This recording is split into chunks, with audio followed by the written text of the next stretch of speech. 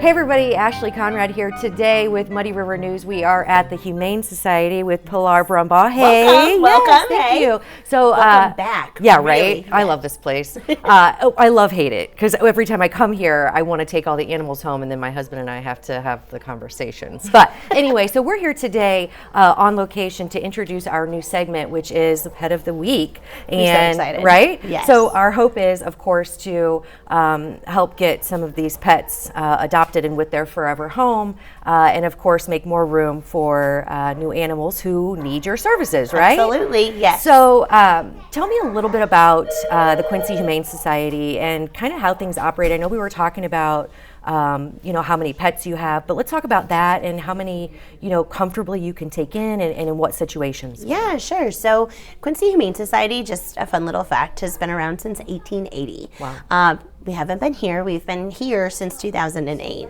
And what's really cool is that we are one of the longest running animal welfare organizations in the country. Yeah. So talk about like the Gem City, that's pretty cool. So we're so blessed to be here, and we wouldn't be here without the support of our community. Right. Our community, which actually I'm going to point out these walls, is really cool. When we built this building, this is like a little piece of the community that's always with us, because if it weren't for the community, we would not be here. Right. So when we built this building, it was a fun way for people to be a part of it, because again, they're the foundation of what we do. Yeah, I love it. So just a fun little touch that I always like to touch on.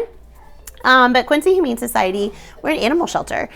So we house dogs and cats that are really looking for their second chance at love. Right. We are limited intake, which means we only can care for animals that we have the space and capacity to care for. Sure. Doesn't mean that we don't want to take them all in and love them all, but we also want to make sure that we're providing quality care for our animals while they're with us, which could be a couple days, it could be weeks, could be months, and we've actually seen a year and over a year. Yeah. So all of that goes into how many we can take in, who we can take in, and when we can take them in. Right. So a lot goes into it, but we're here for the community. And if we can't necessarily take in an animal at a certain time, we also offer different services that will help keep people and pets together. Right. Mm-hmm. So very awesome, by the way. I mean, I knew the story behind this, but just to see it and to get the connections, it's just really cool.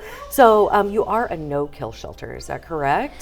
We are a no-kill shelter, which means that 90% of the animals that are in our care, we don't euthanize due to space reasons. Okay. And I'm going to tell you, we are well ahead of that 90%. Yeah, right. Which is so huge. And again, we could not do that if it weren't for the support of our community. Right. Donations of supplies, monetary donations, all the different support really goes to help make us do what we do, make it possible. Yeah, absolutely. So when people come in to look at the animals, what is kind of the process for going through the adoption? Yeah, so anybody can come and see our animals any day, Monday through Saturday. We're here from noon to 5. And really, if you come to visit just to love on them, whether it's in our free roaming cat room or to see our dog in one of the open visiting rooms, that's always great. But in order to adopt, we ask that you fill out a 1-page adoption questionnaire. We want to get to know you, what kind of life you'd provide. Do you have other animals in the home? And then we want you to meet some of our animals. Right. Every dog, every cat, kitten, puppy, they're all different. Yeah. And so when the animals are with us, we want to learn about them. Obviously, we're not just caring for them. We want to know all we can so we can place them in the best homes possible. Right. So just a quick experience when I went to, I came here to adopt a dog, and I wanted this miniature pinscher. However, Min Pin did not want me, but there was another animal that was just a mutt, right? Cutest little mutt, but had the weirdest little nose. I was like, she was all, in my face and cuddly and snuggly, and I say she chose me. Yes.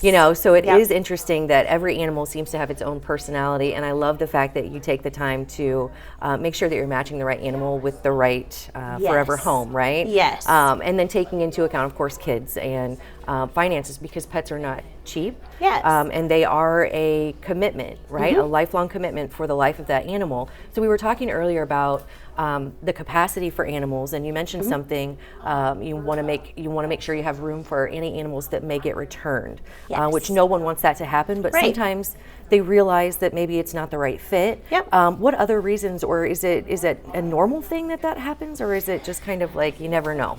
Every situation is going to be different, and this is just a judgment-free zone. We've Right. really been working over the last several years to pave the way to having open communication, better understanding our homes are not going to be the same. There is Right. no cookie cutter environment, right? And again, every family is different, every animal is different. So when it comes to returns, we understand that that's not something that a family or an individual comes to lightly. Right. And we just want what's best for the animal and their pets. Sure.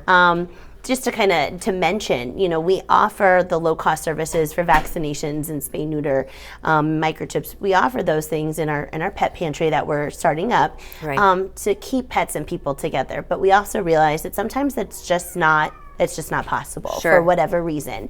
And so when we take in an animal, not only are we saying we're taking this animal in to find it a second chance at love, but we're taking this animal in and making a commitment for the rest of their life that they can come back to us. Sure. And we will try again, and we'll work with them and work Right. with the families if needed to make sure that, again, it's always a good fit all Right. around. Yeah. And I love it's more than a service. You definitely are a family for the animals, and then the catalyst to making sure that all of this kind of fits together in the perfect little puzzle, right? Yes. So you mentioned the pantry. A lot of times people may not know that you're accepting supplies, like you mentioned. Can you give us kind of a quick rundown of a list of things that maybe you Sure. could have people donate? Oh, absolutely. Always looking for donations. And what we say is we'll always take them in. If it's something we can't use or have need for at the moment for our shelter animals, we share it right back to the community. Right. So we are launching a pet pantry in the coming months where people can come regularly. We support the Paws Pet Ministry that's with Salem Church. And this just helps to expand that. I think that's once a month. And so we are here for the pets and people. Yeah. Or the pets with people. Right. I guess I There should you say go. the pets There with you go. people and the people. And people without pets. Right. So it's really just it's a twofold. And again, whether that's food donations, maybe your dog, like mine, they're picky. Yes. Right? And you buy a whole bag of food and then, well, no, great, you won't eat it. Yeah. Right. You can donate that, and an animal, I'm sure we can find one that will yeah. enjoy it. Absolutely. Tasty treats. Toys, beds, kennels, whether that's the portable taxis or the ones that, that just fit so nicely in your home decor. Right, Yeah. yeah. All of that. There's Okay. always a use for so many different supplies. And again, maybe not something for the animals that are in our care, but definitely for somebody out in the community that needs it. Right. Excellent. So yeah, if you have anything to donate, and also time, right? Because we Yes. love volunteers that come out and spend time with the Yes. animals. Yes. So what age, because I know there was an age limit that, you could have, because you want to make sure that everybody's safe, right? Yeah.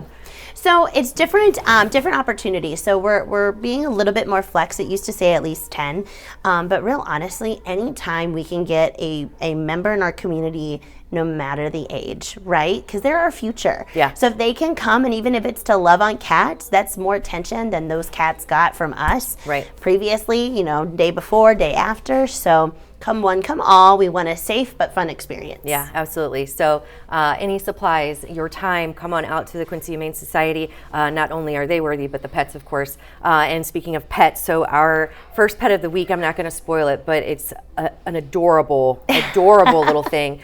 So I can't wait to share that with everybody. And I'm really excited to work with you on this. I think it's just so important. We're so excited. And any opportunity that we can get some of these little faces out to our community and show everybody a possible love connection with their pet, right? You want to make sure Yes. that you're Yeah. adopting, of course, the right one, but maybe you don't even know that they're here. Exactly. So, yeah. Exactly. And to that point too, maybe you can't have a pet. Maybe where you live, or maybe your husband has said no more pets, or Yeah, no that's pets mine. at all. That was mine too. Yeah. But what we always want to say is that there's always opportunities so you can still get involved and love on the animals. Right, absolutely. Okay. Well, looking forward to the Muddy River News Pet of the Week. in conjunction with the Quincy Humane Society. So looking forward to speaking with you every week, right? excited. And then the end of every month, we will feature one of these awesome pets at our studio and get to know them a little bit more and share that with you so that you can maybe find your future pet, right? So looking forward to it. Can't wait. And I can't wait to go check out some animals. So I think on that note, thank you, Sounds Pilar, good. Thanks as for being always. here. Of course. Thanks. I think that does it for today's special edition of Muddy River News on location at the Quincy Humane Society.